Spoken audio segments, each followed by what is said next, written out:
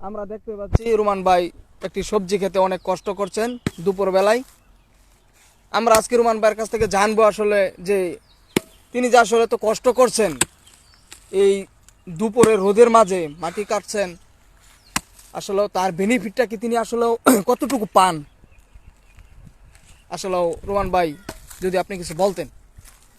আলহামদুলিল্লাহ, হ্যাঁ ভালোই সবজি আসে। সামনে করছিলাম, এই যে এরকমই করছিলাম। 8-10 হাজার টাকা বিক্রি করা গেছে, প্লাস নিজেও খাইছি। ভালোই লাগে আমার কাছে। ভাই আপনি কি সব ধরনের সবজি করেন?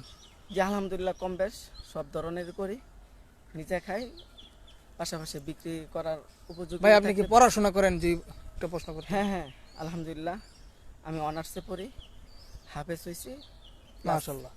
মৌলানা লাইনে লেখাপড়া করছি। তা আমি আপনাদেরকে দেখাচ্ছি আসলে রুমান ভাই যে পড়াশোনার পাশাপাশি তিনি সবজি ক্ষেত এবং কি বিভিন্ন ধরনের আরও যাবতীয় যে সবজিগুলো আসে সিজনে তিনি সবগুলো করে থাকেন। তো আমি রুমান ভাইকে বলবো যারা তরুণ বেকার আছি আমরা যারা, তাদের উদ্দেশ্যে যদি কিছু বলেন এক লাইনে ভাই। আলহামদুলিল্লাহ,